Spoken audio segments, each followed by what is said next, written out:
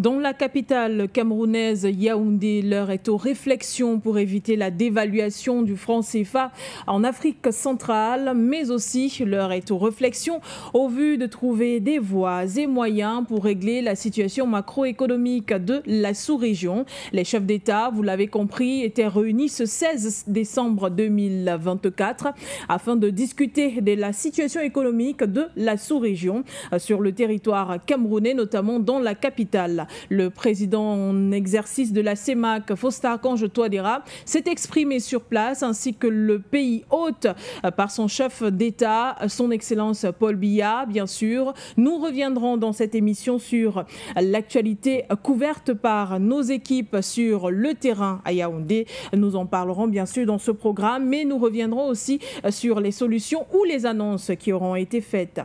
En deuxième partie de cette émission, nous parlerons de l'escalade à nouveau entre l'Algérie et la France. Tentative de déstabilisation dans le pays algérien. En Afrique du Nord, la France est au banc des accusés après des affaires qui ont été qualifiées de tentatives de déstabilisation. Il semblerait, selon des informations, que la DGSE recrute des terroristes algériens repentis dans le but de déstabiliser le territoire algérien. Eh bien, les accusations viennent bien sûr d'Alger. L'ambassadeur français a été convoqué. Pendant ce temps, le ministre des Affaires étrangères de la France nie en bloc ces accusations, en les traitant d'ailleurs d'abracadabrantes. On en parlera dans ce programme jusqu'où ira encore l'escalade entre l'Algérie et la France. Le point sur l'actualité va donc vous permettre de comprendre ces différentes interrogations. Bienvenue à tous.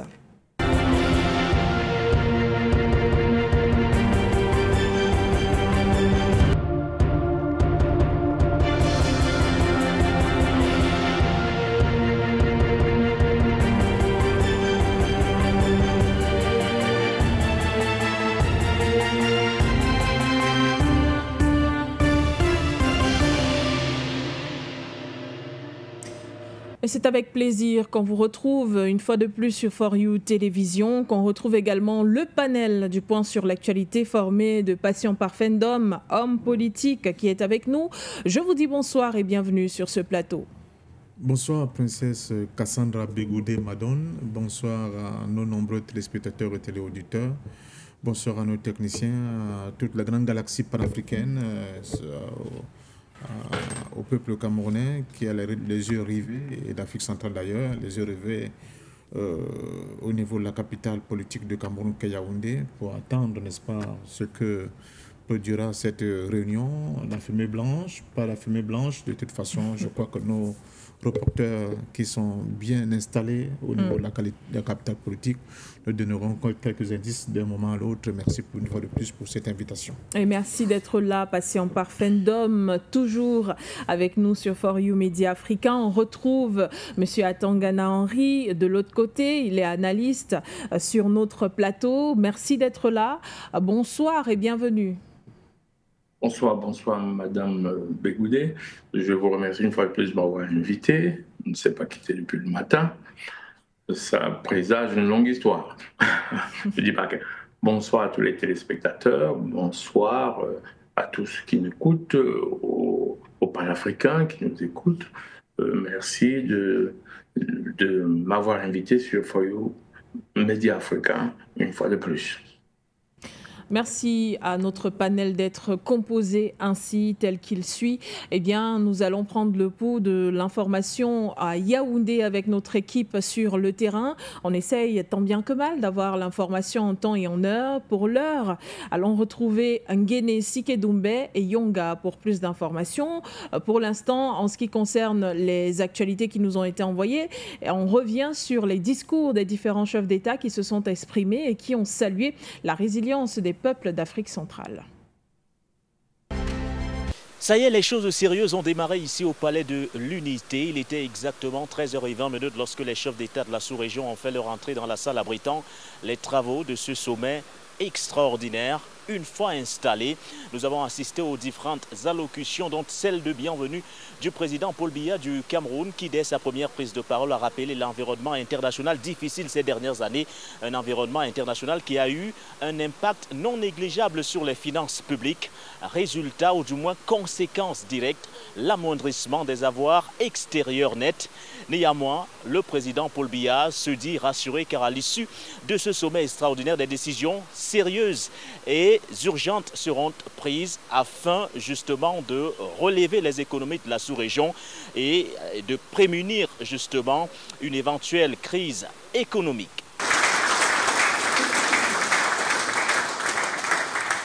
Après le président Paul Biya, le professeur Faustin Archange Touadéra du Centrafrique s'est également adressé à l'assistance. Il a salué la résilience des peuples de la sous-région qui ont su faire face aux chocs endogènes et exogènes. Il a par la suite mis les partenaires internationaux face à leurs responsabilités. Et parlant justement de ces partenaires internationaux, notons que ce sommet extraordinaire de la CEMAC voit la participation d'un représentant de la Banque mondiale, d'un autre du Fonds monétaire international. Le président du groupe de la Banque africaine de développement a également fait le déplacement. Le sommet, rappelons-le une fois de plus, voit également la participation d'un représentant du ministre français des Finances, de l'économie et de l'industrie. En attendant les résolutions de ce sommet, les chefs d'État, pour l'heure, se sont retirés à huis clos pour la poursuite des travaux. Merci Angene Sikedumbe et Yonga qui sont sur le terrain. Patient par Fendom, c'était un sommet d'urgence organisé sur le territoire camerounais, à Yaoundé notamment à la capitale, qui a vu la participation de plusieurs chefs d'État de la sous-région, à savoir le président Paul Biya, le président centrafricain également, le professeur Faustin Archange Touadéra, le président de la Guinée équatoriale et puis les représentants du Tchad et du Congo. Patient par Fendom, voyez-vous l'urgence de l'organisation de ce sommet, tout comme ceux qui scrutent cette actualité à l'aune des nouvelles qui faisaient état de la dévaluation du franc CFA et aussi d'un état piteux de la zone macroéconomique CEMAC? Je pense que c'est un secret de polichinelle si nous tenons à rappeler quand même que la majorité des économies de la zone CEMAC ont vraiment des difficultés à joindre les deux bouts, à avoir des balances économiques équilibrées, à avoir des finances assainies, mais surtout, comme l'a dit notre reporter depuis Yaoundé, de relever le défi des chocs, comme le disait le président Faustin Archange Touadéra, à la fois interne et externe. Il y a beaucoup de mouvements, il y a beaucoup de dynamique sur le plan financier international qui ont violemment impacté la zone CEMAC, qui, nous le savons, est extrêmement dépendant de ces mouvements sur le plan international parce que pour l'instant, nous avons encore des économies extraverties qui ne nous permettent pas d'avoir la même mise et les orientations, j'allais dire, autochtones, pour ne pas dire endogènes, de nos propres économies. Nous sommes aussi dépendants des chocs sur le plan international. Malheureusement, c'est encore le cas et c'est ce qui justifie toutes les supputations que nous avons entendues ça et là.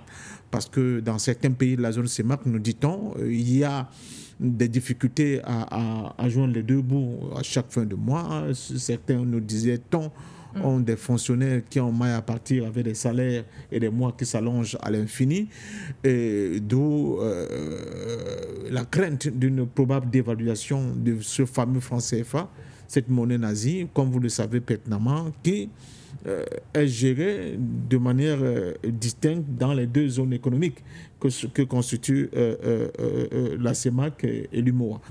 Il y a cela, il y a aussi le fait qu'il y a la question de comment faire pour résorber ces déficits qui commencent quand même à inquiéter sur le plan de notre sous-région. Quels sont les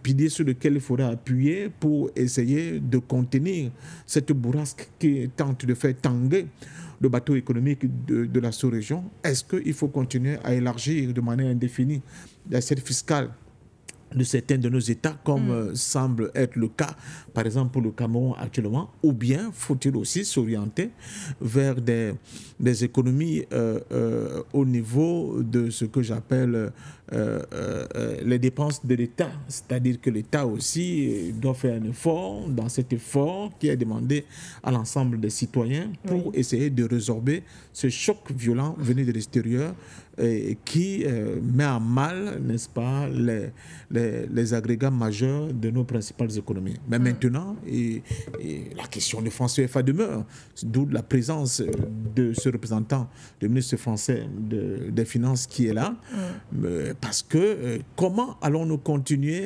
à chaque fois jongler entre deux vagues, n'est-ce pas, des pressions financières et monétaires extérieures qui impactent sur nos économies si nous continuons à utiliser ce franc CFA, si nous continuons à ne pas avoir la même mise sur cet instrument de financement de nos économies. Je crois que là se trouve la grande question.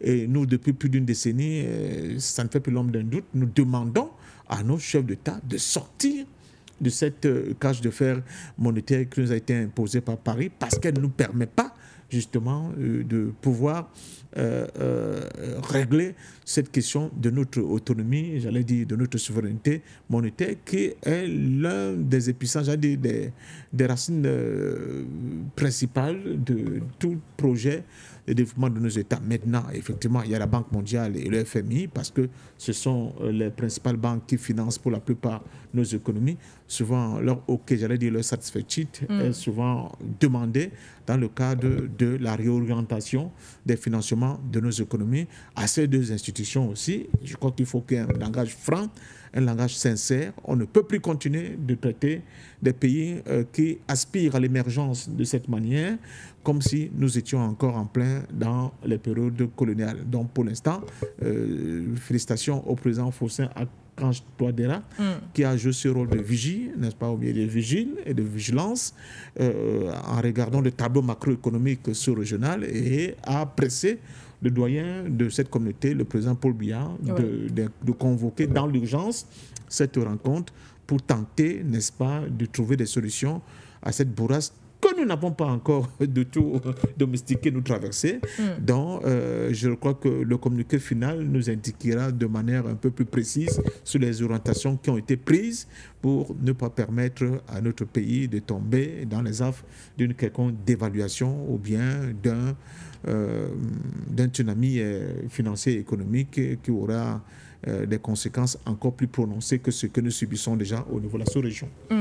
Merci Patient Parfendom pour cette première lecture de ce communiqué final. Nous restons en attente et nous allons rejoindre à Tongana Henri tout de suite pour avoir également sa grille de lecture sur le caractère urgent de cette réunion qui s'est tenue à Yaoundé ce 16 décembre 2024, ayant réuni les présidents de la sous-région Afrique centrale autour d'une question ou deux, la sécurité monétaire en Afrique centrale, mais aussi le spectre, je le disais d'ailleurs ce matin, de la dévaluation qui continue de planer au-dessus de la sous-région. Comprenez-vous, vous aussi, ce caractère urgent de la réunion qui s'est tenue à Yaoundé ce 16 décembre? Oui, forcément, c'est urgent, parce que les décisions qui doivent être prises sont des décisions sensibles. D'évaluer le franc CFA, on se souvient des derniers dégâts que la dévaluation du franc CFA a causé. Donc, quand on est au bord d'une décision majeure comme celle-là, l'urgence s'impose. Donc, caractère urgent et avec caractère urgent, surtout qu'on ne nous demande pas très souvent notre point de vue s'il faut dévaluer ou pas. Ça, c'est la base. Et puis, avant d'aller, il y a beaucoup de choses qu'on peut expliquer sur la dévaluation, parce que les gens ne comprennent pas. D'abord, je vais m'arrêter sur les communiqués, les ouvertures c'est une petite distraction de la session. Le chef de l'État camerounais a dit « Les avoirs extérieurs nets sont en diminution ». Je redis, les avoirs extérieurs net. Appelle-t-on avoir extérieur net, en l'occurrence? Vous savez que j'aime bien poser les questions. C'est une sorte de maïeutique. Parce que dès que vous vous posez la question avant, vous comprenez les enjeux. Les avoirs extérieurs nets, ce n'est rien d'autre que l'argent que nous déposons au Trésor français. Ah, je vous dis beaucoup plus simple, parce qu'on le dit tout le temps. Mais là, c'est dit de façon très polie. Ça veut dire quoi? Les devises que nous déposons au Trésor français qui couvrent nos dépenses. Ça veut dire quoi? Comme le CFA, ça ne sert à rien. Enfin, personne ne le prend, à part le Trésor français. Quand vous voulez acheter, par exemple, je ne sais pas, une poupée à votre fille qui vient de Chine, la Chine ne prend pas le franc CFA. La Chine a donc besoin de devises. Et pour que vous puissiez faire cette transaction, le Trésor français doit vous donner des devises en contrepartie du franc CFA. Très bien. Dès qu'on a fini de dire ça, vous vous dites, mais où le franc CFA vient? Et je vais redonner l'exemple que j'ai donné ce matin, pour que ça rentre dans la tête des gens. Votre grand-père cultive le cacao, il le vend en devise. Parce qu'à l'extérieur, on ne vous donne pas le franc CFA. Évidemment, c'est une image simplifiée, mais ce sont les acheteurs qui achètent le cacao de vos grands-parents. Ils arrivent avec ce cacao au marché central, ils ont pour 2 millions de dollars. Ils arrivent, comme vous n'utilisez pas le dollar au Cameroun, ils arrivent au Trésor français. Et le Trésor français dit, ben, merci, nous prenons déjà 1 million de dollars pour nous. Et puis, ils disent, bon, ouais, pourquoi comme ça? Parce qu'on veut bien, parce qu'on est la France. Et comme on ne comprend pas très bien, ils nous disent, c'est la garantie de convertibilité. Tiens, je pose une petite question au premier statisticien qui passe. Qu'est-ce que c'est que garantir un risque? La garantie, c'est assurer la convertibilité. Quel est le risque qu'on assure pendant la conversion d'argent? Ça, si vous avez des réponses, vous me les donnez. Je commence par là. Je passe numéro 2. Donc, quand il a déjà pris les 2 millions de dollars, il prend 1 million pour lui. Et l'autre million qui reste là, il vous dit, ben, comme vous n'utilisez pas le dollar, il vous donne, transforme ça avec un taux qu'il vous a dit fixe. Fixe, hein? Fixe aujourd'hui. Parce qu'on est les seuls au monde, alors que nous avons une réalité qui varie, nous l'appelons la réalité fixe. Nous sommes les seuls, hein? Il n'y a que les Africains qui disent que le taux de convertibilité est fixe. Ou dans nos têtes, si ça varie par année, alors c'est fixe. Très bien. Ils prennent donc l'autre million de dollars là, parce qu'ils ont pris les deux, hein, mais ils vous transforment le franc CFA en 655 millions de francs CFA. Ils vous le donnent. Et ils ont reçu les 2 millions de dollars. Et ils vous disent que ils ont transformé ça à 655. Ils vont reprendre ça à 655 si vous voulez aller acheter la poupée de votre fille en Chine. Ou le riz, je ne sais plus quoi. Ça, c'est ce qu'ils vous disent. Ça veut dire que quand vous allez ramener ce million, ces 655 millions de francs CFA, ils vont vous donner 1 million de dollars. Sauf qu'entre-temps, ils ont dévalué. Et quand vous ramenez ces 655 millions de francs CFA, ils vous donnent 500 000 dollars. Bref, sur les 2 millions de dollars que vous aviez, ils ont pris pour eux 1 500 000. Et vous ne vous en êtes pas aperçu. Pire, s'ils évaluent 2 fois, quand vous ramenez le même 655 millions de francs CFA, ils vous prennent ça pour 250 000 dollars. Je ne comprends même pas comment on peut accepter ça.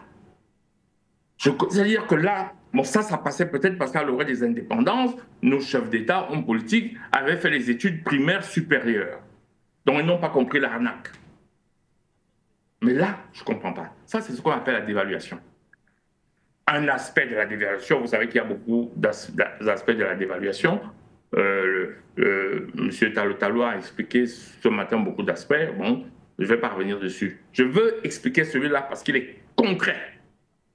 Il est matériel. Ça veut dire que nous sommes encore sous esclavagisme. On a encore... C'est-à-dire que nos grands-pères, quand ils cultivent le cacao, c'est pour mettre les devises issues de ces cultures de cacao au trésor français. Mais au nom de quoi? Au nom de quoi? Je vais sortir par là en attendant parce que si je commence, je risque d'être long. Donc, évidemment, pour répondre à votre question, nous sommes juste à la réunion. La réunion est une réunion d'urgence. Parce que l'une des questions qui se posent, c'est celle-là. Je peux juste préciser, petite parenthèse, comment on se retrouve là. On se retrouve là parce que le FMI veut prêter de l'argent. Mais pour que le FMI prête de l'argent au Cameroun, je rembourse que c'est libellé en dollars. J'aime souvent demander aux gens, quand j'entends prêt, je demande aux gens, mais en quelle devise? Et les gens sursautent. Parce qu'ils ont l'impression que c'est juste une transformation d'argent. Non, ce n'est pas une transformation d'argent. Le FMI vous prête de l'argent en dollars, vous le remboursez en dollars. Et comme vos réserves de devises sont au trésor français, vous devez prendre le franc CFA, le ramener au trésor français pour qu'on vous donne le dollar pour rembourser au FMI. Est-ce que là, vous comprenez la relation? J'espère que nos téléspectateurs maintenant comprennent la relation entre le FMI présent, le ministre des Finances français présent, je crois qu'il y a aussi une banque, je ne sais plus quoi de banque présent, les Français présents. Et la zone CEMAC. Pourquoi la zone CEMAC? Parce qu'à un certain moment, les comptes d'opération de la zone CEMAC sont solidaires. C'est pour ça qu'on a dit, bah oui, vous les Camerounais, vous pouvez, mais la République centrafricaine, le Tchad, il y a eu beaucoup de choses. Oui, qu'on soit solidaire, moi je suis d'accord. Je suis absolument d'accord. Non seulement on doit être solidaire, bah alors on doit être, à partir du moment où vous avez une solidarité financière, vous êtes un même pays. Ils nous ont montré l'exemple en créant l'euro. Quand ils ont créé l'euro, ils ont été obligés de créer une politique européenne. Okay. Vous ne pouvez pas être solidaire financièrement sans être un même pays, ou en tout cas une structure de type fédéral. Je sors par là. Merci à vous, Monsieur Atangana. Patient parfait d'homme, lors de l'ouverture de cette réunion, dont nous n'avons peut-être pas encore les conclusions, enfin le mot de la fin, nous pouvons revenir sur les propos aussi bien du président Faustin-Archange Touadéra que de son hôte, le président Paul Biya, qui mettait l'emphase sur les partenaires internationaux. Pour ce qui est du professeur Faustin-Archange Touadéra, on se souvient que celui-ci appelait les partenaires internationaux à une allocation d'urgence de ressources pour permettre de mieux faire face aux chocs endogènes et exogènes, bien sûr, dans cette sous-région Afrique centrale. Et le président Paul Biya, lui, rappelait que la région Afrique centrale pourra compter sur les partenaires internationaux. Est-ce que finalement, il n'est pas question de ces partenaires internationaux que l'on peut voir en la France ou encore le Fonds monétaire international et la Banque mondiale, qui semble aujourd'hui étouffer l'Afrique centrale avec des pressions comme celle de la dévaluation de la monnaie, la suppression des subventions aux produits pétroliers, par exemple? Oui, ce sont des axes majeurs avec des partenaires, j'allais dire quasi essentiels de nos États sur le plan de financement de nos économies, mais il y a d'autres partenaires, peut-être qui ne sont pas cités. Vous avez le Club de Paris, le Club de Rome, vous avez des financements qui viennent de la Chine, dont on ne parle pas beaucoup. Il y a aussi de nouveaux financements et de nouveaux capacités d'accord financiers à travers certaines nouvelles niches financières qui de plus en plus prennent de l'envergure et dont on a commencé à expérimenter un tout petit peu avec la transformation ou bien les échanges économiques qui se font, par exemple, entre le Congo et la Chine sans passer par le dollar, par exemple. Et donc, il y a la question des crypto-monnaies, comment on va essayer de les intégrer aussi dans l'exploitation et dans le financement d'une partie de nos économies. Ce qui est aussi important dans dans ce réveil, n'est-ce pas, si on peut l'appeler ainsi, c'est le fait que quand on parle de choc économique extérieur, on voit aussi le processus de dédollarisation qui va à grands pas. Et on voit la question des BRICS qui s'invite avec la banque des BRICS, qui sont d'autres formes de financement qui déjà existent. On voit aussi de nouveaux modes, j'allais dire, de troc financier qui existent sans passer par le canal de ces institutions. Et c'est pour cela que ces institutions sont de plus en plus, j'allais dire, assez sévères pour qu'ils aient des traçabilités sur l'ensemble des échanges économiques qui sont faits et dont certains pays de la sous-région commencent à penser qu'il faut s'orienter vers ces nouvelles opportunités économiques qui s'ouvrent à nous. Donc, il y a beaucoup de choses qui vont se dire et je pense que même dans le communiqué final, on ne nous dira pas l'essentiel des orientations et des options qui sont prises pour essayer de remettre légèrement à flot nos économies qui, je le dis, dans la souffrance déjà sont plus ou moins solidaires et qui ont là, aujourd'hui, c'est une invitation que je fais à nos chefs d'État, la possibilité et l'opportunité d'ouvrir de nouvelles perspectives pour cette économie de manière solidaire, de manière concertée, pour que justement la question du franc CFA ne soit plus un obstacle majeur pour le financement de nos économies.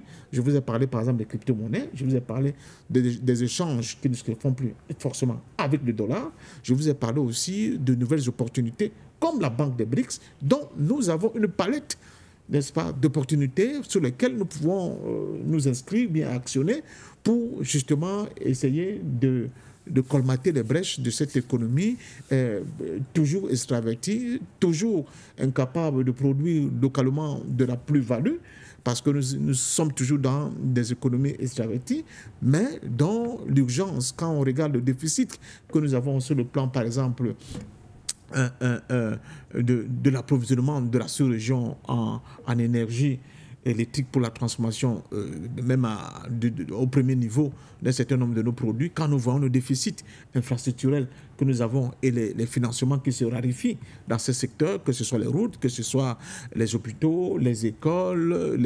les universités, un certain nombre de projets sociaux. Donc, je crois que les financements classiques de la Banque mondiale et de FMI commencent à être des financements qui sont plus ou moins obsolètes aujourd'hui. Et je crois que nous avons une opportunité, avec ces nouvelles possibilités qui s'offrent à nous, d'aller, n'est-ce pas, dans des secteurs et essayer de les explorer et prendre des décisions communes, parce que, comme je vous le dis, nous sommes dans une situation solidaire, n'est-ce pas, dans la difficulté. Oui. Il faut aussi que de manière solidaire, nous essayons d'apporter des solutions pour essayer de déjouer tous ces pièges-là qui, une fois de plus, peuvent nous ramener vers une dévaluation. Mais comme tout le monde le voit, non seulement cette dévaluation politiquement, elle sera très malvenue au niveau des opinions nationales, au niveau de ces États. Et puis, deuxièmement, elle ne peut plus aujourd'hui nous être imposée par une France elle-même qui est en difficulté sur le plan politique et économique en interne. Donc, à ces États-là de profiter de cette opportunité que le climat et le moment leur a offert pour prendre des décisions hardies de nature à pouvoir faire des pas en avant. Et cela dépend tout simplement de leur volonté politique aujourd'hui. Je crois que des solutions, il y en a, des possibilités de négociation, une nouvelle fois avec la Banque mondiale, le Fonds monétaire international et les bailleurs classiques qui sont les clubs de Rome de Paris et d'autres clubs que vous imaginez très bien, sont là aussi. Mais surtout, il faudra forcément que nos dirigeants vraiment essaient d'explorer ces nouveaux modes de financement qui ont fait leur succès ailleurs, et il serait quand même curieux que la CEMAC ne profite pas de cette nouvelle embellie d'opportunités sur le plan mondial pour qu'elle s'y inscrive et essaye de déclencher un cercle vertueux qui va tenter de tirer vers le haut nos économies. Mais une fois de plus, c'est une question de volonté politique. Merci, Patient Parfendom. Peut-être avant de retrouver Atangana de l'autre côté, Patient Parfendom, les pays, les États de l'Afrique centrale peuvent-ils peser réellement de leur poids pour influer sur ces partenaires internationaux qui qu'il soit nouveau ou encore traditionnel. Mais une autre question, c'est lorsque le président Faustin-Archange Touadéra prenait la présidence en exercice de la CEMAC, eh bien, certains espéraient que cette crypto-monnaie dont vous parliez tout à l'heure soit à l'ordre du jour à chaque réunion afin que l'Afrique centrale sorte justement de cet éloignement vis-à-vis de la question. Oui, mais pour avoir fait quelques déplacements en République centrafricaine et avoir eu la chance de rencontrer le président Touadéra et certains de ces ministres qui sont en charge de ces questions, je pense au ministre Koyabele, il est certain que ce n'est pas la volonté qui faisait défaut au niveau de la République centrafricaine ou bien de Centrafrique. Le problème, comme je le dis, c'est une initiative qui doit être prise de manière solidaire et globale au niveau de la sous-région. Ce n'est pas l'affaire d'un État. Vous voyez très bien la difficulté qu'il y a là-dedans. Donc, je crois qu'aujourd'hui, de manière solidaire, avec les nouvelles réalités, les difficultés économiques que traversent nos économies, on va tenter de ramener sur la table de discussion et de négociation ces nouvelles offres financières qui existent pour essayer de donner un peu d'oxygène à nos économies qui étouffent sur le poids des contraintes de FMI et la Banque mondiale avec cette sempiternelle question des taux d'intérêt et des intérêts composites, etc., qui continuent de créer un véritable goulot d'étranglement au niveau de nos économies. Maintenant, une fois de plus, il y a aussi des questions sur lesquelles on ne pourra pas du tout y passer par perte et profit. C'est par exemple la question du train de vie de nos États. La plupart de nos États ont un train de vie qui est au-delà, au-dessus des souffrances que sont en train d'endurer les populations. Et la seule solution qu'on peut trouver dans le cas d'espèce ne peut pas continuer à être de tirer à l'infini la question de l'assiette fiscale. Il faut aussi réduire le train de vie de l'État. Il faut, une fois de plus, que la question, par exemple, des crypto-monnaies ne soit pas seulement une question centrafricaine, mais une question sous-régionale comme opportunité de pouvoir financer nos économies, de pouvoir financer un certain nombre de projets intégrateurs au niveau de l'Afrique centrale. Et ça, une fois de plus, je le dis, ces possibilités existent avec la bande des BRICS, etc., où la question des crypto-monnaies, d'ailleurs, prend de l'ampleur comme source de financement d'un certain nombre, d'un certain secteur, des secteurs économiques à travers cette banque des BRICS. Maintenant, il va de la volonté politique de nos décideurs, d'où justement l'attention que nous devons porter au communiqué final qui sortira de cette réunion, où nous devons être capables de déceler ce qui a été dit officiellement et les non-dits officieux à travers quelques phrases, quelques lignes de ce communiqué pour essayer de continuer à réfléchir, à entrevoir ce qui peut se passer au niveau de la sous-région pour le futur. Mais une fois de plus, chers chefs d'État, chers responsables de nos États au niveau de la sous-région Afrique centrale, je pense qu'il est grand temps, le moment est arrivé d'opérer des mutations profondes au niveau de type de financement qui ne peuvent plus rester dans le mode de ces financements classiques que nous avons connus depuis la colonisation. Il y a de nouvelles opportunités qui s'offrent à nous. Il y a un horizon de plus en plus large, n'est-ce pas, avec des palettes infinies de modes de financement de nos économies qui sont là. Saisissez-vous. Il faut que vous soyez capables autant pour moi de vous saisir de ces opportunités parce que la situation est tellement difficile et grave. Sinon, ça veut dire que vous êtes complice de cette prolongation à l'infini de francs CFA en tant qu'unique mode, n'est-ce pas, de financement de nos économies, ce qui est un peu, j'allais dire, assassin aujourd'hui du point de vue des ambitions qui sont les nôtres.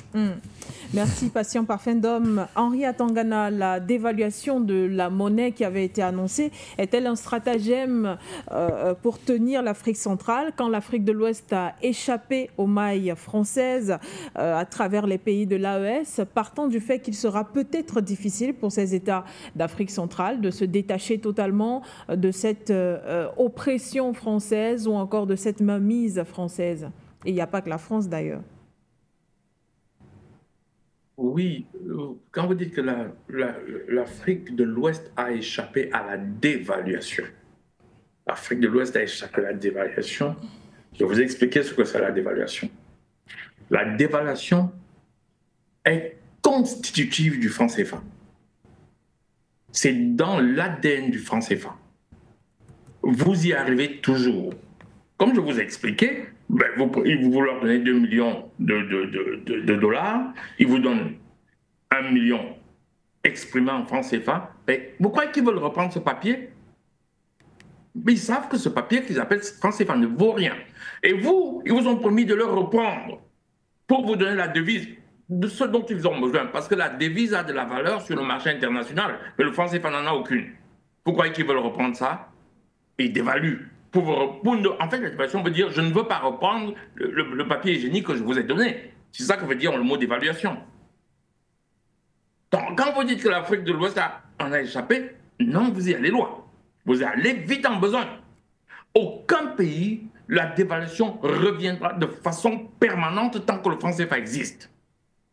Vous pouvez échapper une fois comme on l'a échappé la dernière fois. Vous voyez, c'est revenu. Et ce qu'on appelle l'Afrique de l'Ouest a échappé. Ce sont les concessions qu'on a faites en Côte d'Ivoire, au Sénégal, et parce qu'ils ont prêté de l'argent. En fait, quand vous prêtez de l'argent en France, ils impriment du papier, ils vous le donnent. Mais vous devez rembourser en devise. Je recommence. Quand vous prêtez de l'argent à la France, je ne vais pas parler là du FMI. Quand vous prêtez de l'argent à la France, vous dites, pouvez-vous me prêter de l'argent? Et que la France dit, OK. Ils impriment le papier, ils vous le donnent, mais vous vous remboursez en devise. Parce que la France se sert sur vos réserves de devises. C'est ce que le chef d'État appelle les avoirs extérieurs nets. Alors, dire qu'un pays peut échapper à la dévaluation, moi, ça me fait rire. Pour preuve, en pratique, depuis 1960, ça n'a fait que se dévaluer. Je prends la référence en 1960 pour une raison simple. Parce que les accords qui nous obligent à déposer, qu'on appelle les accords coloniaux, c'est le 26 décembre 1959. Et boum, le 1er janvier 1960, puisque la France, riche de cette devise-là, elle a réévalué son franc qui est passé de l'ancien franc au franc lourd, avant de passer à l'euro. Fort de ces accords dits coloniaux, vous savez, pour qu'on devienne libre, on a payé. Parce qu'on déposait en réalité, celui qui n'était pas d'accord de faire ça, de déposer ces devises, à l'époque c'était 100%, maintenant c'est 50%. En fait, on a payé pour être indépendant. Une honte. Et ça vous rappelle quelque chose? Haïti. Quand Haïti a voulu être... D'abord, avant même Haïti, quand on a décidé d'abolir l'esclavage, qu'est-ce qu'on a fait? On a dédommagé les propriétaires d'esclaves. Je recommence. Quand on a décidé que l'esclavage, ce n'est pas humain, on a dédommagé les propriétaires d'esclaves. C'est un peu comme si on vous disait que quand on a aboli, en abolissant la Shoah, on va dédommager les SS. Si on vous dit ça, vous tombez à la renverse. Pourtant, c'est la même chose. Et vous savez, c'est la France qui devait dédommager les propriétaires des esclaves. Vous savez ce qu'elle a fait? Elle a créé la Banque du Sénégal. L'ancêtre de nos banques CFA et tout ça, nos banques tralala, la BEAC, BCAO, ces machins. C'est une astuce financière. C'est-à-dire que on leur a créé des titres à la Banque du Sénégal, l'ancêtre des monnaies CFA. Ça veut dire qu'en fait, c'est les Africains qui ont dédommagé les négriers parce qu'ils ont fait libre les esclaves noirs. C'est ça qui se passe en 1960 quand on demande les indépendances. On paye pour être indépendant. La place de De Gaulle est dans un tribunal criminel, même à titre posthume. Alors, quand vous dites qu'ils vont, parce que vous avez posé la question, je réponds à votre question. Quand vous dites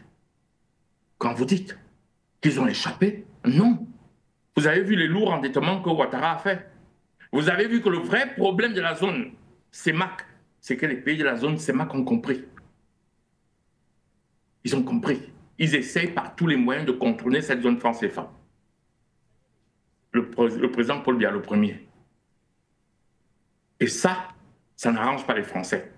Si aujourd'hui, on prend des endettements, comme toujours, ils vont nous dire « Ah non, vous avez encore des réserves. » Bon, comme ils disent que nous avons les avoirs extérieurs nets en diminution, expliquez-moi ces nouvelles sociétés françaises, marchés, les supermarchés, tout ça qui s'installe au Cameroun. Orange, quand ils rapatrient ses bénéfices, on appelle ça le libre rapatriement des capitaux des sociétés françaises. On les paye en quoi? Si on n'avait plus ce dont il dit, on n'avait plus de... Orange quitte le Cameroun, puisqu'à ce moment, il ne peut plus rapatrier les capitaux. Quand Orange, je prends un exemple au hasard, fait des bénéfices au Cameroun, ces bénéfices vont en France. Ils utilisent le franc CFA là-bas? Non. Okay. Qu'est-ce qu'on fait? On prend donc ces francs CFA, on prend dans nos réserves, on donne à Orange France. Si c'était si mauvais, il dirait, ben, on n'a plus de réserve. Il dirait ça à Orange. Il dirait ça à toutes les sociétés qui sont au Cameroun.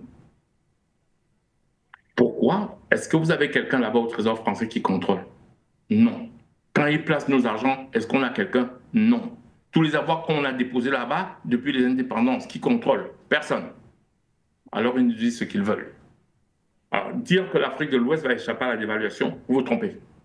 Non seulement ils ne vont pas échapper à la dévaluation, mais pour eux, ça sera plus violent. Parce qu'eux n'ont toujours pas compris. C'est-à-dire qu'eux s'enfoncent encore de plus en plus dans l'esclavage. Confère, qu'est-ce que la Côte d'Ivoire a produit comme capitaux? Nous sommes des pays, la seule façon d'avoir la monnaie chez nous, la seule et unique façon, c'est de vendre les matières premières. Parce que nous n'avons pas de plus-value. Pour avoir de la plus-value, ça veut dire qu'on transforme de la matière première en matière commerciale et il y a une plus-value. Donc nous ne faisons pas de plus-value. Quand on parle de croissance chez nous, on fait exprès de parler de la croissance des recettes qu'on appelle croissance. Alors que ce n'est pas ça, le PIB. Le PIB, c'est le produit intérieur brut, c'est la somme des plus-values. Comment voulez-vous qu'on ait des croissances à 2 chiffres alors qu'on vend des matières premières? Mais nos économistes et financiers du dimanche avalent ça. Pourquoi vous avez besoin de faire une thèse de doctorat pour lire ce que c'est qu'un PIB dans un livre et comprendre? Mais personne n'explique ça aux gens. On a dit oui, la Côte d'Ivoire fait une croissance à 2 chiffres. Ah bon? Ah bon? Dites-moi dans quelles entreprises? Dites-moi en vendant quoi? En vendant le cacao? Une matière première? En quoi? Du pipeau. Si vous avez un financier qui peut me contredire, il vient. Et je leur prouverai que c'est du pipeau. Alors, pour eux, le réveil sera brutal. Parce qu'ils devront rembourser toutes les dettes qu'on a faites pour des trains à grande vitesse qu'on a voulu construire, je ne sais plus où. Allez regarder le projet, c'est un éléphant blanc. Chez Ouattara aussi, les ponts. Il y en a qui sont même contents de dire qu'il y avait des ponts. Voilà un des problèmes, un autre aspect. Non, le réveil pour eux sera brutal. D'autant beaucoup plus brutal qu'il y a les pays de l'AES qui quittent cette histoire-là. Vous imaginez très bien que s'ils quittent cette histoire-là, ils vont aussi quitter cette monnaie. C'est pour ça d'ailleurs qu'on fait tout pour les retenir. Alors, pour l'Afrique de l'Ouest, je vous dis que le réveil sera brutal. Parce que dans quelques années, vous allez entendre. Vous allez entendre. OK. Bon, je ne pense pas que l'Afrique de l'Ouest a échappé à quoi que ce soit. Au contraire, ils sont les plus attardés dans cette histoire. Ne pas comprendre. Écoutez, madame, je vais faire une petite confidence. Je regardais une télévision algérienne. Algérienne. Des Algériens assis sur table, aucun Camerounais, aucun pays de l'Afrique noire, dire l'un des derniers éléments du colonialisme est le franc CFA. L'Algérie n'utilise pas le franc CFA, vous savez. Aujourd'hui, je regardais une émission algérienne, avec des journalistes algériens, des intervenants algériens. Eux, ils comprennent. Et l'Afrique de l'Ouest ne comprend pas. C'est de la rigolade ou quoi? Je sors par là. Merci bien à vous, Monsieur Atangana. Eh bien, nous allons d'abord prendre d'autres éléments qui nous viennent du terrain depuis Yaoundé, la capitale. Voilà, il y a plusieurs éléments en tout cas qui sont en cours, mais pour l'heure, on peut parler de quelques décisions ou encore annonces qui ont été faites. Des mesures de redressement devront être mises en œuvre dans les différents États d'Afrique centrale pour éviter la crise économique mais aussi la crise financière. Diversifier les économies, c'est ce qui a été conseillé au cours de cette réunion. Observer les règles de bonne gouvernance également, ainsi qu'adopter une discipline budgétaire qui pourrait justement aller avec les réalités de l'Afrique centrale. La CEMAC s'est aussi voulu optimiste quant à l'avenir de la communauté, mais pour l'heure, pas de nouvelle monnaie annoncée, même pas de projet dans ce sens, pas de dévaluation du franc CFA. En tout cas, le spectre a fini de planer, mais il ne se déposera pas sur les États d'Afrique centrale finalement.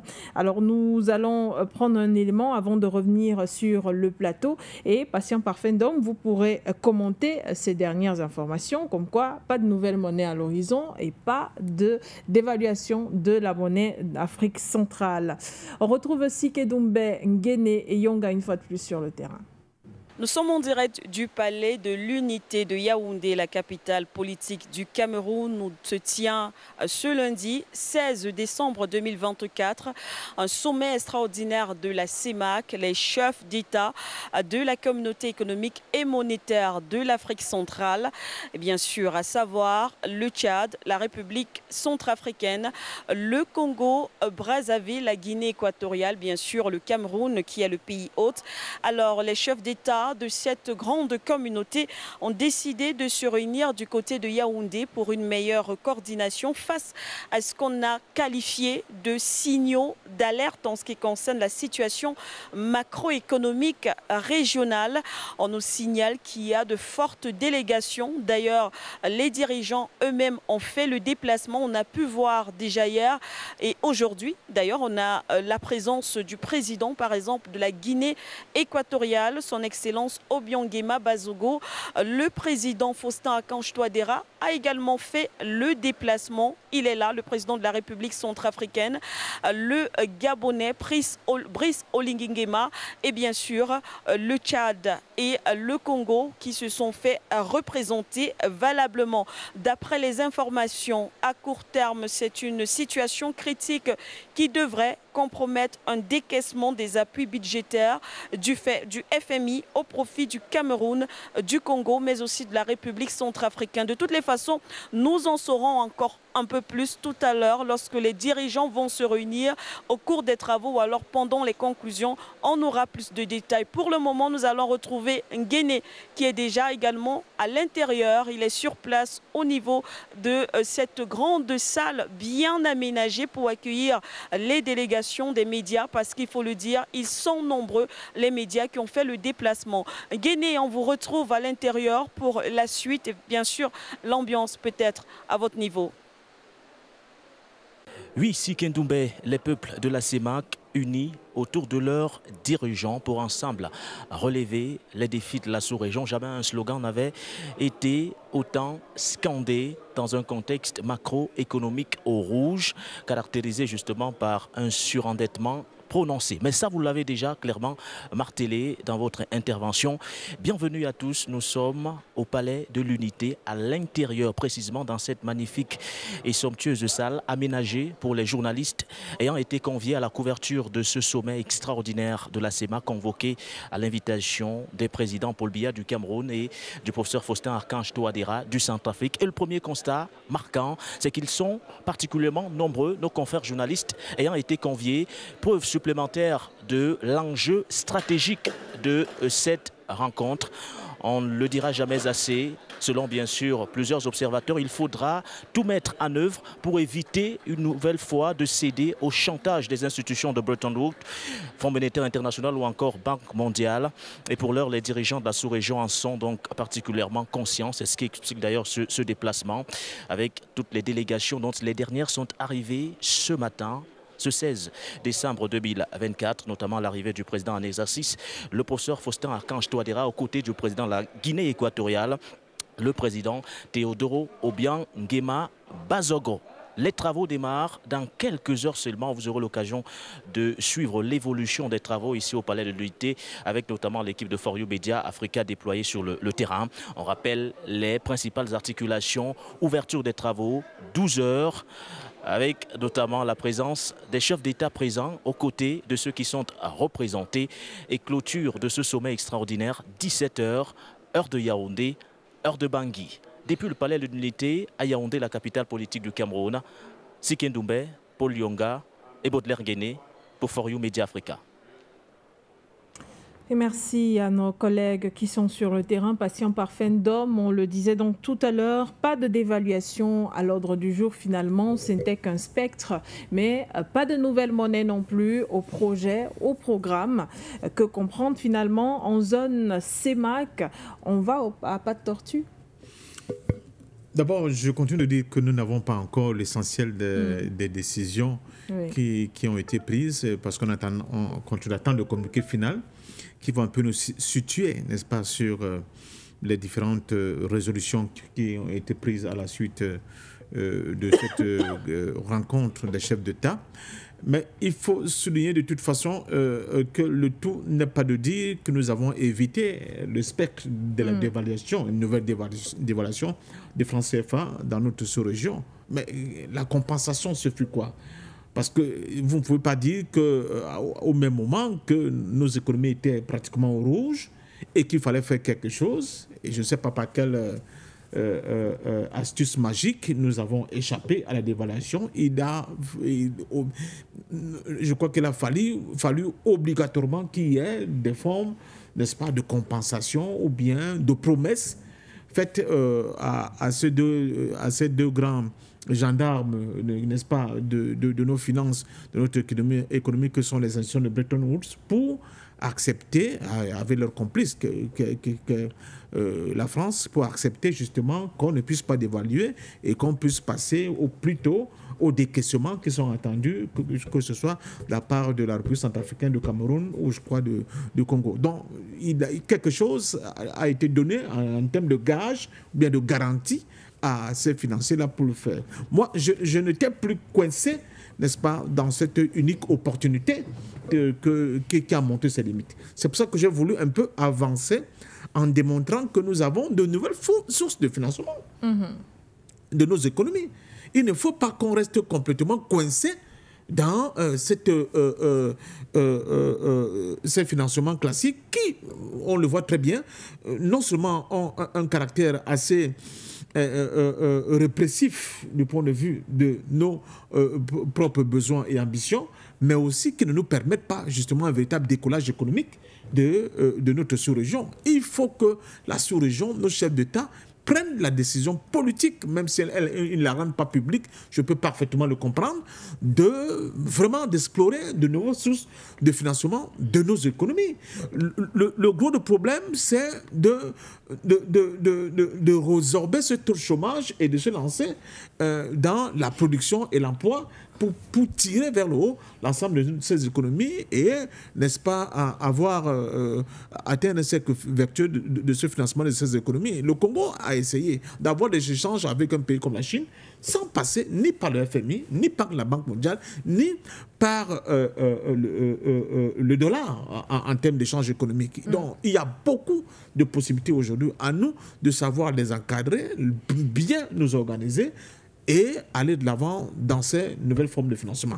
On ne peut pas continuer à avoir ces espèces de rencontres bilatérales comme c'est le cas avec un pays comme que sont les Émirats arabes unis qui écument complètement aujourd'hui l'espace d'Afrique centrale, ça c'est un autre danger dont on ne parle pas beaucoup, et qui ont l'impression que nous sommes un peu comme ces enfants affamés pendant ces années cauchemardesques de la famine au niveau de notre continent, et tels des vautours attendent tout simplement que l'enfant décède pour venir complètement le consommer. Et ils viennent avec un chéquier, avec des dollars qu'ils agitent de gauche à droite, et certains pays sont déjà tombés dans ce carreau et ont déjà reçu des types de financement. Ils pensent que ça suffit. Non, il faut structurer le nouveau mode de financement de nos économies. Il faut structurer de nouveaux accords de partenariat financier avec les nouvelles institutions qui existent et donner un peu d'oxygène à nos économies par le biais de ces financements-là, pour que nous ne soyons pas uniquement dépendants, n'est-ce pas, des clubs de Paris, des clubs de Rome, de la Banque mondiale, du Fonds monétaire international, etc. etc. Donc, je pense que c'est pour moi l'enjeu majeur se trouve à ce niveau-là. S'ils se sont réunis, c'est parce qu'ils se sont bien rendus compte que nos économies sont à bout de souffle du point de vue de capacité de financement et de ce qu'on peut avoir comme ce qu'ils ont appelé ce que nous avons à l'extérieur, n'est-ce pas, comme devise en réserve pour pouvoir faire tourner les économies. Même les droits de tirage spéciaux, qui nous ont été proposés par les institutions de Bretton Woods ne suffisent pas aujourd'hui à un relèvement économique de nos États. Donc, vraiment, explorons ces nouvelles possibilités qui existent avec de nouveaux pays pour contourner l'obstacle franc CFA, à défaut de l'affronter, parce que j'ai l'impression qu'il n'y a pas assez de courage pour affronter cette question-là pour l'instant, malheureusement. C'est un constat qui m'est propre, parce que ça fait plus de 10 ans qu'on hurle sur cette question-là, et chaque année, on semble nous dire « Ah non, maintenant c'est bon, c'est fini, le franc CFA est mort, vous allez voir l'année prochaine, on n'aura plus affaire à cette monnaie nazie-là », mais et puis rebelote, chaque année, c'était comme un serpent de mer, une espèce d'arlésienne, n'est-ce pas? On annonçait sa mort, elle ressurgissait toujours. Et là, moi, je pense que si l'obstacle à franchir est trop difficile pour des raisons qu'on n'a pas besoin d'évoquer ici, il faut au moins procéder par des contournements de cet obstacle. Et là, des solutions existent. Les solutions existent pour que nous puissions contourner efficacement, n'est-ce pas, cette obligation de passer par ce fameux franc CFA, cette monnaie nazie, pour redonner un souffle nouveau, de l'oxygène, pour redonner, n'est-ce pas, de l'espoir à tout ce que analyse avec beaucoup de précision l'ensemble de nos économies, comme on l'a dit, qui sont rouges, mais il y a aussi un effort à produire par nous-mêmes. Il n'y a pas que taper indéfiniment sur les pauvres contributeurs que sont les citoyens. On parle de l'ajustement à l'infini de l'assiette fiscale. La nouvelle loi de finances pour le cas du Cameroun, avec les recettes qui sont attendues par la déclaration des impôts, elle a pour signifier quand même que ça ne peut pas être une solution pour renflouer, n'est-ce pas, les caisses de l'État. Il faut que l'État lui-même, dans le cas du Cameroun, fasse un effort au niveau de la réduction de son train de vie, qui est quand même exorbitant et dont on ne voit pas beaucoup de dividendes du point de vue, n'est-ce pas, de l'amélioration de nos finances publiques. C'est extrêmement important. Je crois que c'est en ça qu'on parle de bonne gouvernance. Cette bonne gouvernance ne doit pas être un vœu pieux. Il doit se manifester dans la réalité pour qu'on essaie de voir segment par segment de nos différentes institutions au niveau de notre administration et de l'État, comment les gens font des efforts de réduction de leur train de vie pour permettre d'engranger, n'est-ce pas, assez d'argent et de faire des économies, n'est-ce pas, d'échelle au niveau de ce géant qu'est l'État, pour que vraiment les efforts soient partagés et entre l'État et entre les populations que nous sommes, pour pouvoir maintenant tous ensemble envisager de nouvelles opportunités et de nouveaux horizons. Merci, Patient Parfendum. On est à présent au Standard où on retrouve Monsieur Basson qui nous appelle depuis la France. Bienvenue. Bonsoir, vous êtes en direct. Merci, Call Center. Je vous dis bonsoir, Madame Begoudé. À titre personnel, Madame, je voudrais vous dire mille merci vraiment pour le travail que vous abattez pour notre conscientisation. Dimanche, matin, midi et soir, vous êtes là avec toute votre équipe. Je voulais vous dire, soyez bénis. Je salue le doyen qui est sur le plateau, passant par fin d'homme. Doyen, bonsoir. Je salue l'aîné à Tangana qui est sur Zoom. Mais je voudrais dire à l'aîné à Tangana, mais doyen, cher aîné, quand je vous entends parler, moi j'ai envie de rentrer au maquis, hein, pour aller rester au fond de mon village. Là-bas, je ne sors plus, comme ça, j'ai tout à manger là-bas. Non, je dis ça pour détendre un peu l'atmosphère. Donc, pour être plus sérieux, Madame Begoudé, et la semaine dernière, chère Madame, il y avait la réouverture de la cathédrale Notre-Dame de Paris. Et je m'étais dit, non, je ne sors pas le jour. Mais comme j'avais entendu qu'il y avait des invités africains, je me suis dit, non, quand même, comme j'habite pas loin, je vais m'y rendre. Donc le soir, un peu il pleuvait, j'arrive donc là-bas, j'ai vu des images qui, moi, j'avais honte. Je voyais nos chefs d'État qui étaient en transe dans les bras de Macron. J'ai dit, mais quelle honte! Quelle honte! Je vous le disais hier, madame, vendredi, nous avons eu un Premier ministre. Et dans la même soirée, les agences de notation abaissaient la note de la France pour ses empreintes sur le marché international. Donc, qu'est-ce que je vais dire par ici? Je suis en train de vous suivre et apparemment, il n'y aura pas de dévaluation. Bon, Dieu merci, parce que moi, depuis hier, je n'arrête pas de prier pour dire que pourvu que ça n'arrive pas, parce que les populations africaines souffrent déjà assez comme ça.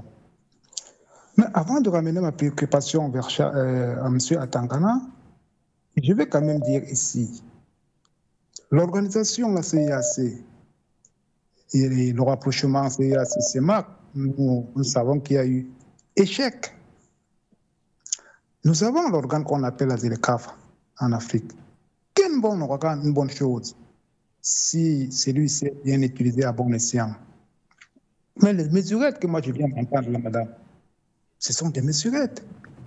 Ce ne sont pas des mesures à long terme. Il faut une politique économique à long terme. Mais pour implémenter cela, madame, il faut un leadership. Il faut des hommes courageux. Mais qui va comprendre qu'en 2021, en 2024 aujourd'hui, nous ne pouvons pas circuler librement dans la zone CEMAC. Une incongruité, madame. C'est incompréhensible. Les mesures que le président africain vient de prendre là, madame, mais ce sont des mesurettes. Parce que je vous rappelle ici, je vous le disais encore une fois de plus hier, nous avons des océans en Afrique. Nous n'avons pas d'éoliennes. On nous a donné le soleil, que Dieu nous a donné le soleil. Nous avons des cours d'eau, on n'a pas de barrage. Ou alors le barrage, il y en a, mais ça ne fonctionne pas. Nous avons le soleil, on n'a pas de panneaux solaires. Et vous voyez que tout ceci, madame, ça se relie à une seule chose. Je vais le réitérer ce soir. C'est l'énergie. Le sommet de Sochi, ça nous a rappelé quoi avec le mini-sommet avec les ministres des Affaires étrangères, où certains dirigeants africains demandaient à la Russie de venir investir en Afrique. La réponse de la Russie a été celle-ci. Vous n'aviez pas de juridiction sérieuse. C'était aussi simple que ça. Donc, ce soir, je vais encore réitérer, une fois de plus, à nos dirigeants. Parce que même la sortie de monnaie que nous prenons, madame, je vous rappelle quand même ici, la Mauritanie a sa monnaie. C'est pour autant qu'elle a développé. La RDC a sa monnaie. La Gambie a sa monnaie. Mais nous voyons ce qui se passe dans ces pays. Donc, si nous souhaitons avoir notre monnaie, il va falloir être rigoureux. Très rigoureux, il faut avoir une bonne gouvernance. Donc, je réitère ici, une fois de plus, il faut qu'on saisisse la main tendue de la Russie dans le domaine du nucléaire civil. Parce qu'ici, il s'agit de l'énergie.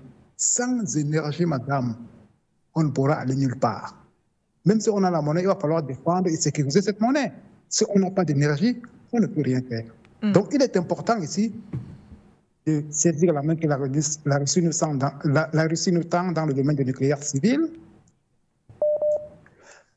construire des industries, transformer nos produits et profiter de l'organe qu'on appelle la ZLCAF pour pouvoir commercer. Mais pour cela, madame, il faut la libre circulation des personnes et des biens.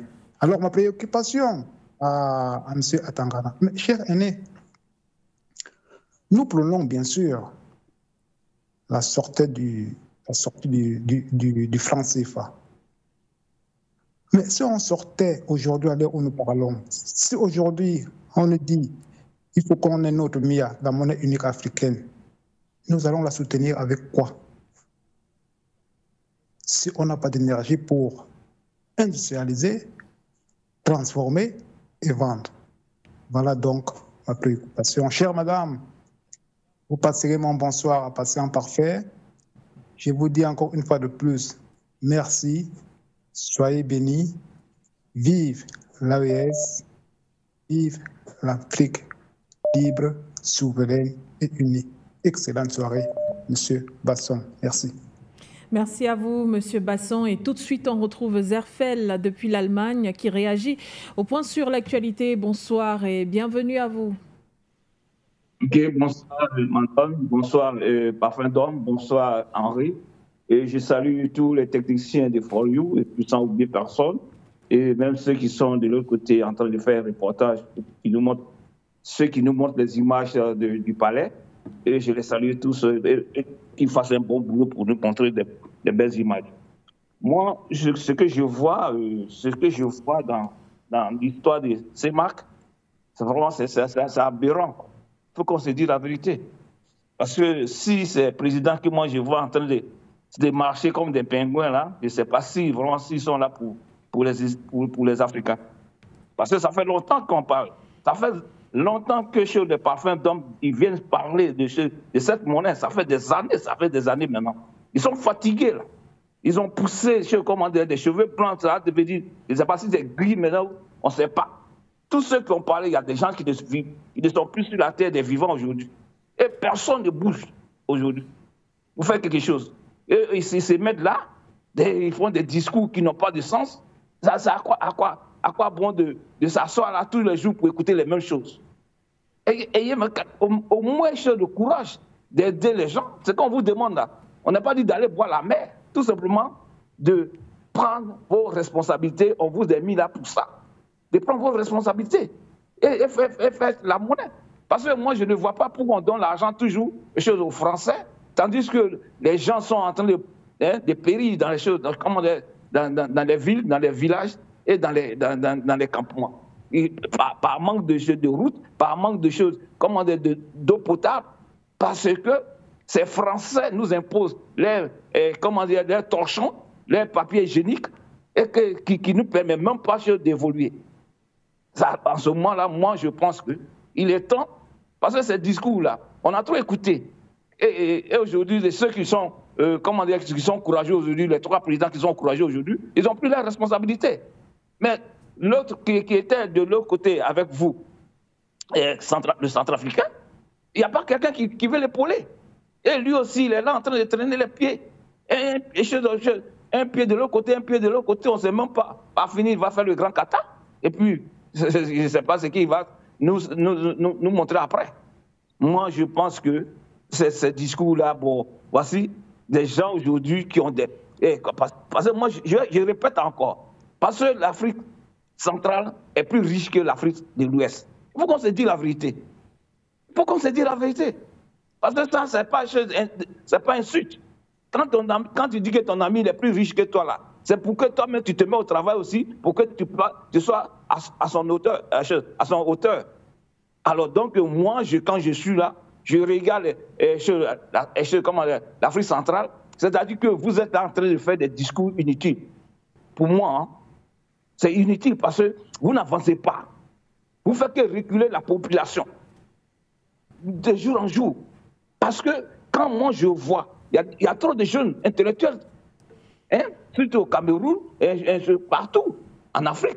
Il n'y a pas des abrutis, il y a des technocrates qui sont là, des scientifiques, des économistes. Mais pourquoi vous ne voulez pas que ces gens-là puissent parler? Et vous êtes là. Et puis il y a certains aussi, hein, il y a certains aussi politiciens qui soutiennent ces personnes-là. Ça les arrange? Moi, je ne sais pas si ça vous arrange. Ou quand vous avez des enfants qui vont dans les écoles, quand ils sortent, c'est pour rester sur les motos.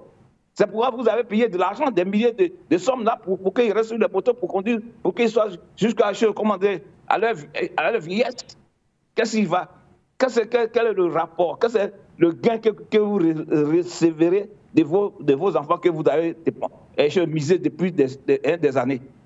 Alors si vous ne faites pas quelque chose, je pense que ces enfants-là, c'est-à-dire que leur conscience, ou votre conscience va vous gronder jusqu'à l'infini. Parce que vous n'avez rien fait pour ces enfants-là. Il faut qu'on se dise la vérité, parce que et quand moi je vois là-bas, vous avez de l'argent, et c'est vous laissez cette richesse, et vous partez quémander des miettes. Moi je suis désolé. Et puis je vais vous dire une chose. Voici un pays comme le Cameroun, qui a des jeunes courageux qui font de l'agriculture. Mais par manque de route, il n'y a même pas cette... Parce que je vois tous les jours, hein, parce que je suis sur le net. Moi, je fouille partout. Je vois sur le net ces Camerounais, ils sont des étudiants qui ont laissé, et comment dire, par manque de travail, ils sont partis embrasser la terre. Ah, mais quand ils font les affaires, il n'y a pas de route pour faire venir ça en ville. Aujourd'hui, comment dirais-je, dans la CEMAC, là, si vous faites aujourd'hui pas de routes, vous faites des chemins de fer, là. Mais attends, tous ces jeunes ne mentent pas. Il n'y a pas quelqu'un que vous allez voir sur les motos, parce qu'ils vont faire les affaires entre ces différents pays-là que je vois. Le Cameroun, le Gabon, ainsi de suite. Hein, le Tchad, hein, qui est dans le Sahel là-bas, qui en ont besoin des bananes, des choses, toutes ces choses-là, ils en ont besoin. Mais ça pourrit. Ça pourrit chez vous. Parce que c'est par manque de route. Mais si on passe par la voie terrestre, mais tellement qu'il y a des corrompus sur la route, ils vont faire pourrir cette nourriture-là. Alors moi, je pense qu'il est temps maintenant que la politique, les élections qui vont arriver l'année prochaine, il faut que vous ouvrez les yeux. Ça, c'est la moindre des choses. Parce qu'on est au bout maintenant, on est au bout des choses, d'attendre trop. On attend trop et rien ne sort. Et vous, les politiciens, ayez quand même le courage de taper sur la table, de dire ce que vous avez pour la jeunesse, au lieu de rester toujours en arrière-plan pour faire des discours inutiles qui donnent des mots de tête de jour en jour. Moi, je sais qu'en 2005, en Côte d'Ivoire, je sais qu'il y aura des changements là-bas. Parce que nous, on n'est pas là pour dormir sur les oreillers, puis un individu va nous faire endormir pendant 15 ans. Trop, c'est trop. Alors vous, les jeunes Camerounais, vous avez toutes les possibilités, vous avez les médias, mais vous n'êtes pas capable même de venir revendiquer vos droits. Vous êtes couchés dans les maisons, vous êtes couchés sur les motos. Je pense que ça vous plaît comme ça de vivre. Et quand c'est comme ça, il n'y a personne qui vous regarde. Si vous ne revendiquez pas votre droit, il n'y a pas quelqu'un qui va vous regarder. Ça, c'est la moindre des choses. Bien sûr que nous, en Côte d'Ivoire, on a tous les problèmes, mais on tape toujours sur le fait. Merci. Merci à vous également. Zerfel, patient parfait, dont vous disiez que c'est dur. Merci Zerfel. Alors, Peter était annoncé au téléphone. Allô, bonsoir. Bonsoir. Begoudé, thank you so much, call center. Je salue vos invités. Je vais donner mon avis sur le thème qui est très intéressant, puisque ça fait quelques jours déjà qu'on en parle. Je commence d'abord par le dernier thème, celui de la déstabilisation de l'Algérie. Il faut savoir une chose, personne ne peut mettre la France, enfin aucun pays africain ne peut mettre la France sur les bancs des accusés. Ça, c'est un rêve. Peut-être qu'on parle parce qu'il faut un peu gaspiller de la salive, hein. Oui, mais tant que les choses ont été faites en 1948 lors de la conférence de Téhéran, il y a eu la répartition des rôles de chaque colonie. Je parle de la France, de la Grande-Bretagne, des États-Unis, je peux dire aussi l'Espagne parce qu'ils étaient en guerre, c'est pas possible.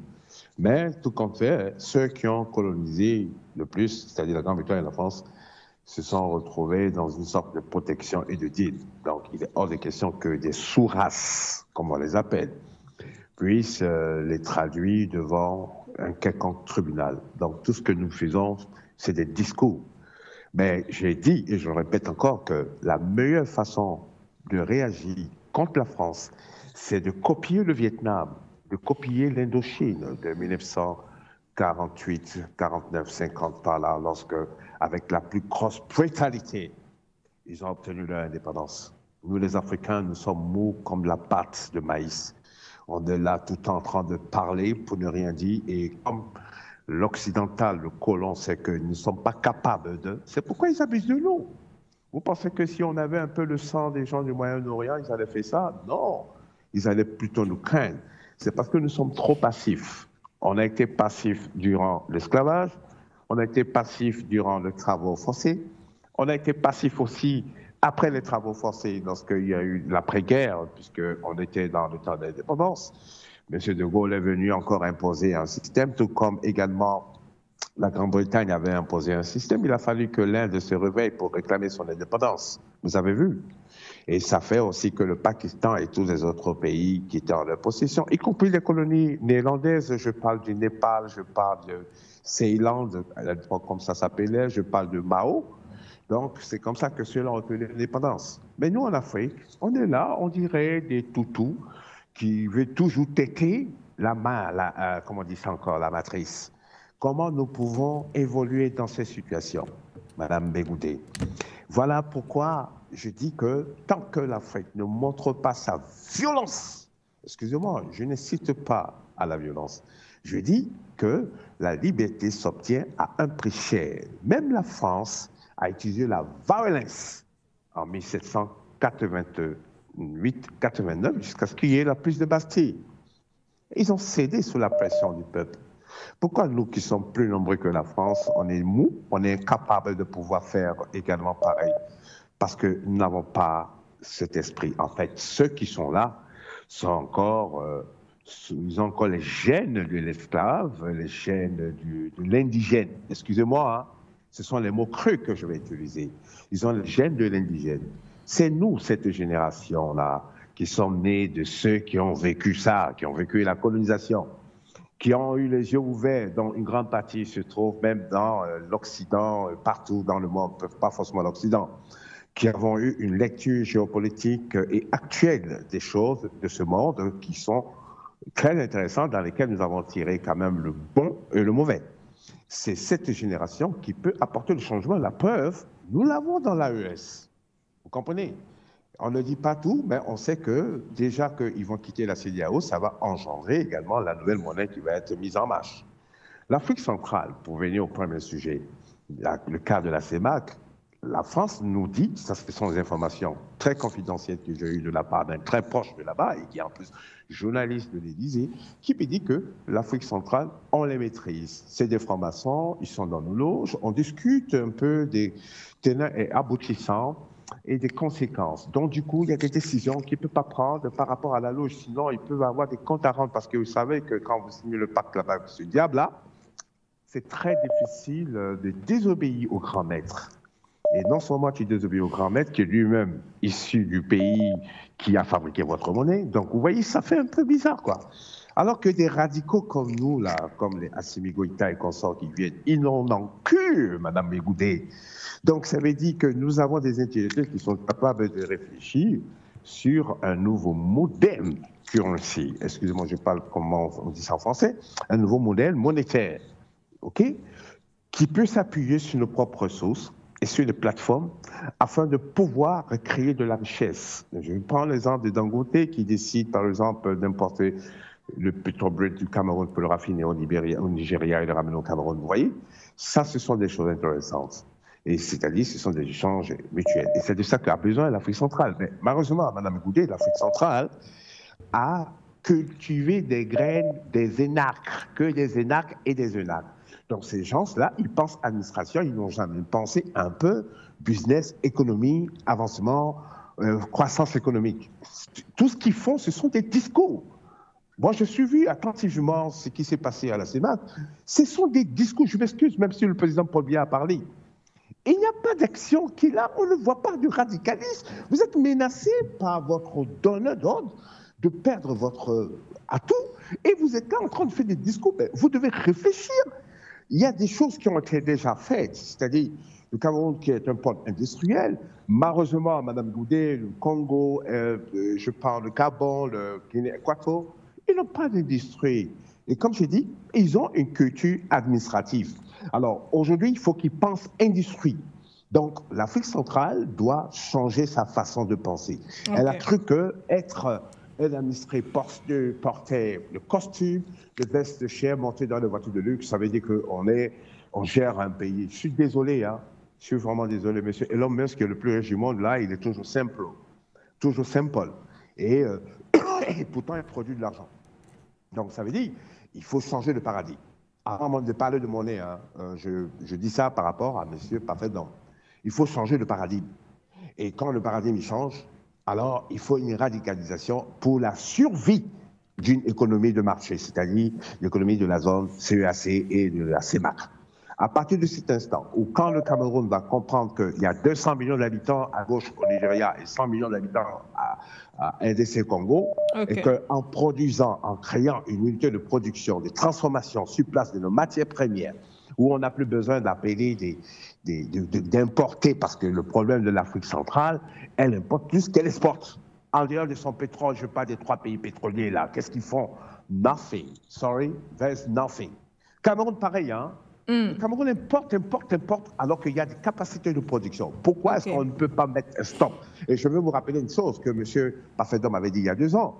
Le Cameroun devait s'abstenir d'importer le riz, mais apparemment, il y a une politique de gros ventre au Cameroun qui fait que l'importation du riz sert à enrichir certaines élites camerounaises, alors qu'on produit du riz au Cameroun, vous pouvez stopper même de 75% des importations.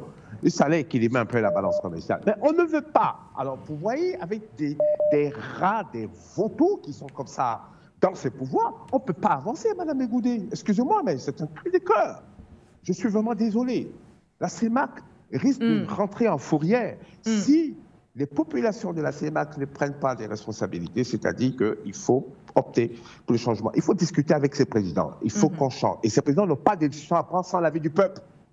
Or, malheureusement, quand on dit le peuple, ce sont ces vieux députés élus qui sont corrompus, élus par ces mêmes partis uniques, excusez-moi, ce n'est pas de l'opposition, qui ne font que, comme on dit en français, acquiescer ce que le président dit. Donc, en fait, ce n'est pas du peuple. Donc, pour moi, il faut un changement. Excusez-moi, je vais m'arrêter ici parce que je suis très en colère. Thank you so much. Bye. Eh bien, merci à vous aussi. Peter, depuis l'Écosse, qui nous appelait. Merci au Standard d'avoir participé à ce programme. On va prendre le mot de la fin de nos panélistes sur ce plateau et nous parlons de notre deuxième sujet. On parlait notamment de cette tentative de déstabilisation annoncée par Alger. Alger, d'ailleurs, accuse Paris d'être derrière le recrutement de plusieurs terroristes qui avaient déjà déposé les armes dans le but de déstabiliser le pays. On le sait depuis le 30 juillet dernier, entre Paris et Alger, ça ne va plus à nouveau après que Paris ait décidé de reconnaître la souveraineté marocaine sur l'espace sahraoui. Patient Parfait, je pense que Patient Parfait, vous aviez la parole. On va passer la parole à M. Atangana. Alors, Henri Atangana, concernant ce sujet, où ira à nouveau la relation entre Alger et Paris avec ces nouvelles accusations de tentative de déstabilisation. D'ailleurs, la DGSE est accusée d'être aux manettes. Oui, mais permettez-moi de répondre à une question qu'un intervenant a posée. Je vais essayer de prendre quelques minutes pour... Il a posé la question suivante. Avec la monnaie, il a cité les pays qui ont leur monnaie et qui ne sont pas développés. Mais il n'a pas cité les pays qui ont leur monnaie et qui sont développés et qui étaient des anciennes colonies. La Chine, l'Inde, voilà, c'est quelques exemples. Et il a dit, on a besoin d'énergie pour se développer. Je n'ai jamais dit qu'avoir sa monnaie est une condition nécessaire et suffisante. Elle est nécessaire, mais pas suffisante. Mais vous ne pouvez pas vous développer sans votre monnaie. Et je pourrais expliquer, mais ça va prendre du temps. Je vais essayer juste d'être bref parce que c'est juste pour lui répondre. Et il dit ceci, je vais lui montrer à quoi sert la monnaie. Il dit, on s'associe avec la Russie, on développe de l'énergie avec l'énergie atomique. Je lui dis oui. Il paie la Russie avec quoi? Le franc CFA? Il paye la Russie avec quoi? On peut payer la Russie, il dit, bah ouais, je vais devant les devises. Mais les devises, elles viennent du trésor français. Et si papa la France refuse? Très bien, si on a la possibilité de garder 50% des devises, très bien, merci. Sauf que les avoirs en devises de la Russie, que ce soit en dollars ou en euros, sont gelés. Actuellement, tu ne peux pas payer la Russie en devises pour développer une centrale nucléaire au Cameroun. OK. Voilà. Mais le sujet est long, parce qu'il y a eu beaucoup de choses qui ont été dites. Peut-être qu'on fera une autre émission, justement, oui, avec plusieurs émissions. Du Très bien, je vais quand même revenir. C'est une amorce de ce qu'il est en train de dire, pour qu'il se rende compte de quelles sont les contraintes de ce qu'il dit. On ne parle pas au hasard, on essaye juste d'abréger, et de temps en temps, c'est d'ailleurs très bien qu'il pose des questions pour qu'on élargisse ce qu'il pense. Voilà. Pour cette histoire-là de l'Algérie, comme Peter disait, qu'est-ce que vous voulez faire ça? Vous voulez faire quoi? Vous pensez que la France va dire oui, j'ai envoyé des barbouzes, essayer de créer des révolutions, des islamistes, des terroristes en Algérie? Mais ils ne vont jamais vous le dire. La deuxième chose qui va de soi, pourquoi on est resté d'ailleurs dans cette situation pendant longtemps, c'est qu'après les indépendances, il y avait des accords tacites entre les pays dits industrialisés. C'est ce qu'on appelle les précarés. Il y avait les précarés français tels que si la France, par exemple, venait faire des coups d'État au vu au sud de tous les autres pays du monde, les autres pays du monde disaient, mais non, c'est le précaré français, on ne le voit pas. C'est-à-dire que les autres pays occidentaux ne s'indignaient pas.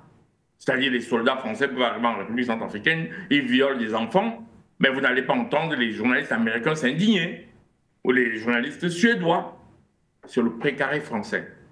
Ils peuvent faire des coups d'État, mais sur le précaré français. Voilà, c'est toute cette difficulté dans laquelle on est. Alors, qui va juger la France? Le tribunal pénal international? Il est là pour juger qui? Il sert à quoi? Là-bas, vous y trouvez les Noirs, c'est tout. Le reste, c'est de la littérature. Quand vous allez demander, il y a quelqu'un... L'histoire, c'est quoi? C'est un ancien djihadiste qui est contacté, qui dit, mais qui est contacté par des services secrets français pour créer des terroristes et rassembler les radicaux dans un pays, dans les quartiers pauvres où on profite un peu de la misère. Qui a, vous savez, si vous allez aux États-Unis, il y a les quartiers d'un niveau de pauvreté que vous ne soupçonnez même pas. C'est-à-dire que votre grand-père au village, c'est bien. Très bien. Donc, vous attendez quoi? Assimi Goïta en avait parlé. Dans les pays de l'AES, au Niger, on en a parlé. Ils sont allés à l'ONU pour dire nous apportons les preuves. Nous avons apporté les preuves de l'intervention. Vous avez vu les gens se réunir à l'ONU pour en parler? Personne n'en parle. Aujourd'hui, c'est l'Algérie qui nous dit, voilà, derrière la France et tout ça. Ben, tout le monde sait que c'était la France qui finançait la guerre du Biafra. Et qu'on avait créé cette ONG qu'on appelait Médecins sans frontières, qui, soi-disant, allait apporter secours, mais apporter les armes. Ben, à plusieurs fois, je vous ai demandé si les soi-disant ambazoniens au Cameroun, dans les arbres là-bas, ils cueillent des munitions et des fusils. Moi, je ne sais pas si les munitions et les fusils poussent dans les arbres. Mais vous allez expliquer que les gens sont en Ambazonie, mais ils ont des armes. L'ancien président du Tchad, M. Idriss Déby, avait dit ben, le Boko Haram les armes qu'on trouve sont de fabrication française. Vous voulez des exemples? Je resterai toute la soirée à vous citer les exemples. Je dis bien toute la soirée. Merci, Monsieur Henri Atangana. Eh bien, l'émission est terminée. Malheureusement, Patient Parfum d'Homme, merci également d'avoir participé. Bien sûr, c'est un sujet qui restera à l'ordre du jour au vu de l'avancée de l'actualité. D'ailleurs, dans le journal, la grande édition du soir sur For You Télévision, vous aurez la quintessence de ce communiqué final du sommet des chefs d'État de la CEMAC à Yaoundé, où une équipe était sur le terrain. Merci à vous d'avoir regardé le point sur l'actualité sur For You Média Africa. L'actualité et l'information se poursuivent. Au revoir Yaoundé.